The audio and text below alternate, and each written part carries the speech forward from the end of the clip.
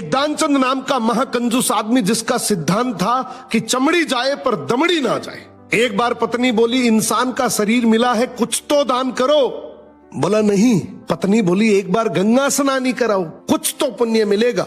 बहुत समझाने के बाद मन ही मन सोचा, पैदल जाऊंगा, स्नान करके घर आ जाऊंगा, क्या ही लगेगा। अब वो जैसे ही गंगा में डुबकी लगाने लगा, भगवान ने उसकी परीक्षा लेने के लिए पंडे का रूप धारण करके सामने खड़े हो गए। वो जैसे ही बाहर निकला, भगवान बोले, जजमान की जय हो। उसने बोला, भाई तुम कौन हो?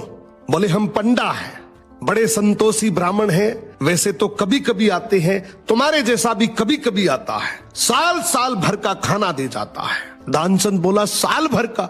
मैं तो नहीं दे सकता। बोले, महीने का ही दे दो। उसने बोला, मैं तो एक दिन का भी नहीं दे सकता।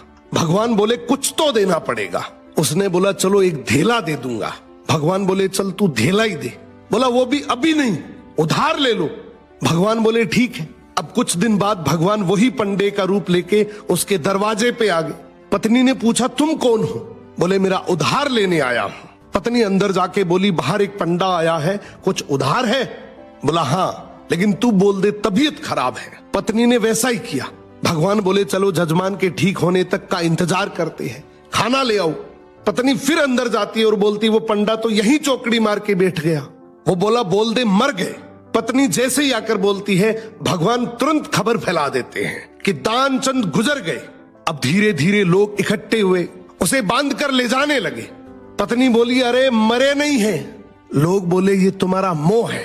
अब भगवान ने भी हार मान ली कि ये मर जाएगा लेकिन कुछ देगा नहीं।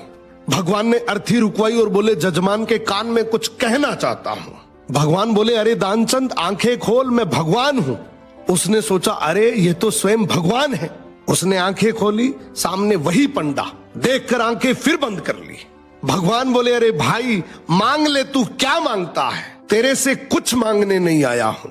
इसने बोला, हमको तो कुछ नहीं चाहिए, बस धेला छोड़ दो। इसी तरीके से बहुत सारे लोग हैं जो मर जाएंगे लेकिन 1 रुपए